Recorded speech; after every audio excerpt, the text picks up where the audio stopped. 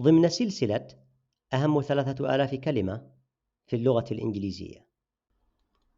كلمة absence absence absence وتعني الغياب.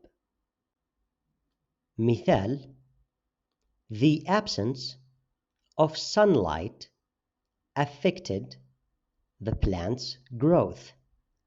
The absence of sunlight affected the plant's growth.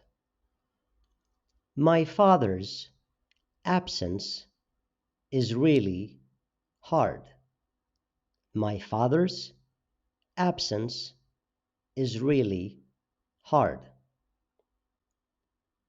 Because of his absence, he was fired from school.